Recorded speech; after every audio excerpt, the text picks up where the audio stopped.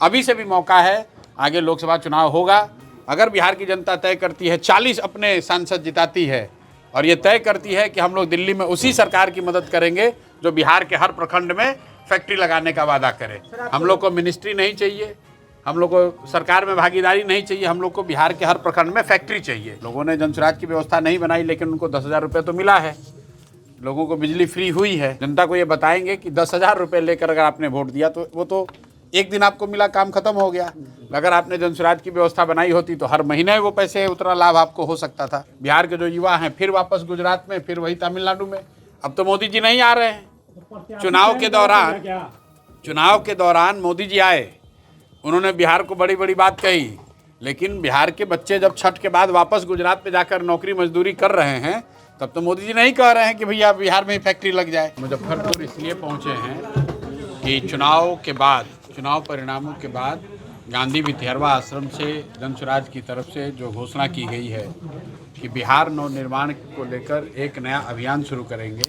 लेकिन बिहार नवनिर्माण का अभियान शुरू हो, उसके लिए ज़रूरी है कि जनसुराज के सभी साथी, जो जनसुराज विचार से जुड़े हुए लोग हैं, संगठन के साथी हैं, उनसे राय विचार कर लिया जाए और संगठन को फिर से, चूँकि संगठन को भंग कर दिया गया था, तो संगठन को फिर से पुनर्गठित किया जाए, ताकि जब बिहार नवनिर्माण अभियान हम लोग शुरू करें तो उसमें जनसुराज के जो साथी हैं वो पूरी ताकत से लगें, बिहार की जनता के साथ खड़े हों और जिन मुद्दों पर हम लोग ये अभियान करना चाहते हैं उसमें सभी साथियों का सहयोग मिल सके। इस बार चुनाव में क्या सबक मिला जनसुराज को, क्या आगे की रणनीति रहेगी?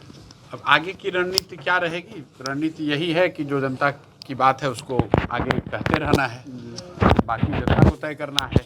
जनसुराज को सफलता, चुनावी सफलता मिली या न मिली, बिहार में आज 1 करोड़ से ज़्यादा बुजुर्गों को, विकलांगों को, विधवाओं को 1100 रुपये पेंशन मिल रहा है। यहाँ पर लोगों को जनसुराज ने बताया कि अगर आप सही व्यवस्था बनाएंगे तो हर महीने आपको 15,000 20,000 रुपये मिल सकता है हर परिवार को।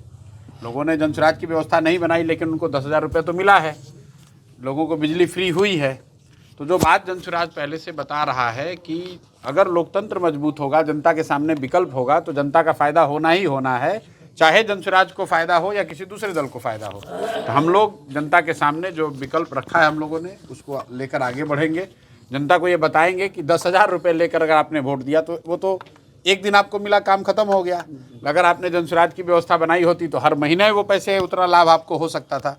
इस बार हम लोग जनता को समझाने में असफल रहे हैं, लेकिन अब वापस फिर से जाएंगे और कोशिश करेंगे कि उनको फिर से बताया जाए कि आपकी स्थिति 10,000 रुपये से नहीं सुधरेगी, 5 किलो अनाज से नहीं सुधरेगी। जब तक आपके बच्चे पढ़ेंगे नहीं, जब तक यहाँ हर प्रखंड में, प्रखंड स्तर पे फैक्ट्रियाँ नहीं लगेंगी, जब तक यहाँ रोजगार नहीं होगा, पलायन बंद नहीं होगा, तब तक स्थिति नहीं सुधरने वाली है।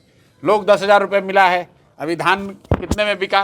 1,400 रुपये, 1,500, 1,600, 1,700 में बिका। तो आप बताइए, 2,300, 2,400 रुपये का धान आपने बेच दिया 1,600 रुपये में, तो 10,000 रुपया आपको सरकार ने दिया और आपका 50,000 रुपये का अनाज में नुकसान हो गया। तो ये तो लोगों को तय करना है कि सरकार आप ही के पैसे से आपका वोट खरीद रही है और फिर 5 वर्ष वही भ्रष्टाचार, वही परेशानी, आपके बच्चों के लिए पढ़ाई नहीं, आपके बच्चों के लिए रोजगार नहीं। बिहार के जो युवा हैं फिर वापस गुजरात में, फिर वही तमिलनाडु में। अब तो मोदी जी नहीं आ रहे हैं। चुनाव के दौरान मोदी जी आए, उन्होंने बिहार को बड़ी बड़ी बात कही, लेकिन बिहार के बच्चे जब छठ के बाद वापस गुजरात में जाकर नौकरी मजदूरी कर रहे हैं, तब तो मोदी जी नहीं कह रहे हैं कि भैया बिहार में ही फैक्ट्री लग जाए। तो ये तो बिहार के लोगों को समझना है। जब तक आप गुजरात के लिए, दिल्ली के लिए, तमिलनाडु के लिए, पाकिस्तान, चाइना के लिए वोट करते रहेंगे, तब तक बिहार में तरक्की नहीं होगी। अभी से भी मौका है, आगे लोकसभा चुनाव होगा। अगर बिहार की जनता तय करती है 40 अपने सांसद जिताती है और ये तय करती है कि हम लोग दिल्ली में उसी सरकार की मदद करेंगे जो बिहार के हर प्रखंड में फैक्ट्री लगाने का वादा करे। हम लोग को मिनिस्ट्री नहीं चाहिए, हम लोग को सरकार में भागीदारी नहीं चाहिए, हम लोग को बिहार के हर प्रखंड में फैक्ट्री चाहिए, पलायन बंद होना चाहिए। अगर बिहार की जनता ये संकल्प ले ले और 40 सांसद जिता कर भेजे, मैं आपको लिख कर देता हूँ, कोई दिल्ली में सरकार बन नहीं सकती है बिना बिहार के सांसदों के। और जो आज 1100 लोगों को मिल रहा है, ये 2,000, 3,000, 5,000 रुपये मिल सकता है। जिन लोगों को, जिन परिवारों को सिर्फ एक बार 10,000 मिला है, उनके बच्चों को यही रोजगार मिलेगा, ताकि उनको हर महीने 10-15 हज़ार रुपये का लाभ हो। चुनाव के बीच में कहीं ना कहीं पैसा बांटा गया, कई सारे लगातार आप लोग भी लगातार कहते रहे हैं, इस पर क्या कुछ करेंगे आप लोग? कुछ नहीं कर सकते हैं, जनता को ही समझना है। अल्टीमेट मालिक तो लोकतंत्र में जनता है। जनता को ये समझना है कि एक बार का 10,000 रुपये चाहिए कि उनको जीवन में अपने बेहतरी चाहिए। सोने की अंडा देने वाली मुर्गी चाहिए कि मुर्गी को काट के एक बार अंडा ही खाना है। तो जनता ने अभी एक बार गलती उनसे हो गई है तो अब तो वो भुगतना ही पड़ेगा। अब 5 वर्ष वही सरकार रहेगी। भ्रष्टाचार जिस लेवल पे था उतना ही भ्रष्टाचार है। लगातार पद यात्रा कर अपने लोगों को समझाया था कि अपने बच्चों के लिए वोट करें, क्या लगता है आप समझा नहीं पाए? नहीं समझा पाए, बिल्कुल सही बात है। पुरानी जमी हुई इकाई है। 30-40 बरस से लोग एक ही तरीके से वोट देते आए हैं, लेकिन लोगों ने बात को सुना, समझा, तभी तो सरकार ने डर से आपको 1100 रुपये पेंशन दिया। अगर जनसुराज ने ये बात नहीं कही होती, अगर हम लोगों ने इतना बड़ा प्रयास नहीं किया होता, तो आज से चुनाव से पहले कभी एनडीए की सरकार ने 400 रुपये का पेंशन बढ़ाया था? क्या बिजली में मुफ्त हुई थी? क्या आपको 10,000 रुपये चुनाव के समय मिला था? ये पहली बार इसलिए मिला क्योंकि आप जनसुराज के रैलियों में आए, आप जनसुराज की ताकत दिखी। अगर लोगों ने जनसुराज की सरकार बना दी होती तब तो उनका जीवन ही बदल गया होता। लेकिन तेजस्वी यादव भी करते हैं जो उनका जो भाई देखिए, ऐसा है कि कहने को हर पार्टी कह सकती है, जनता को भी ये मालूम है कि तेजस्वी यादव के लिए खाली एनडीए को इतना ही कहना है कि ये लोग आएंगे तो जंगल राज आ जाएगा।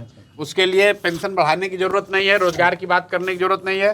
तेजस्वी यादव भ्रष्टाचार पर बात करेंगे तो मैं पहले भी कहता रहा हूँ कि तेजस्वी यादव का भ्रष्टाचार पर बात करना ऐसे है जैसे शेर कह रहा है कि सबको शाकाहारी होना चाहिए। ये तो संभव नहीं है, कोई भरोसा करेगा। आप आरोप लगा रहे थे और आपने कहा था कि सरकार में अगर वापसी मंत्री के तौर पे उनकी होगी तो फिर से हम कहीं ना कहीं काम करेंगे। बिल्कुल करेंगे, बिल्कुल करेंगे, बिल्कुल करेंगे। जिन लोगों पर भी भ्रष्टाचार का आरोप लगा है, अभी तो जनता ने उन्हीं को जिता दिया।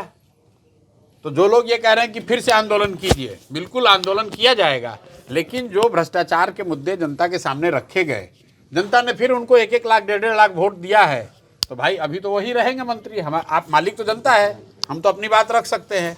लेकिन अगर आप भ्रष्ट मंत्रियों को जिताकर भेजेंगे, भ्रष्ट नेताओं को जिताकर भेजेंगे, तो फिर आप ही तो देख रहे हैं कि रोज रेप और मर्डर हो रहा है बिहार में। अभी मुजफ्फरपुर में लोग बता रहे हैं कि छोटे बच्चे गायब हो रहे हैं, बहुत बड़ी समस्या है। तो आप अगर गलत लोगों को चुनाव करके भेजेंगे तो पंचायत में, ब्लॉक में, अंचल में क्या भ्रष्टाचार खत्म हो गया और बढ़ गया है? तो आपने गलत लोगों को जिताया, अब गलत ही भुगतना पड़ेगा। बहुत सारी जनता कह रही है कि के दलदल में नहीं फंसना है। चुनाव तो दलगत आधार पे ही होंगे ना, दलदल में फंसिए ना फंसिए। जो लोकतंत्र है, जो बिहार, विपक्ष की भूमिका कैसे देखते हैं सड़क से? जो देश में व्यवस्था है उसमें तो दलगत ही चुनाव है। विपक्ष की भूमिका कैसे देखते हैं सड़क से? भैया ऐसा है, चुनाव में जनता सिर्फ सरकार का चयन नहीं करती है, जनता सबकी भूमिका तय करती है। उन्होंने एनडीए की भूमिका तय की है कि उनको सरकार चलाना है, राजद वालों को बताया है कि सदन में तुमको विपक्ष रहना है, और जनसुराज को बताया है कि आपको समाज में अभी मिलकर और काम करना है, लोगों को और जागरूक करना है, अपने संगठन को मजबूत करना है। तो जो जनता ने आदेश दिया है वो काम करेंगे।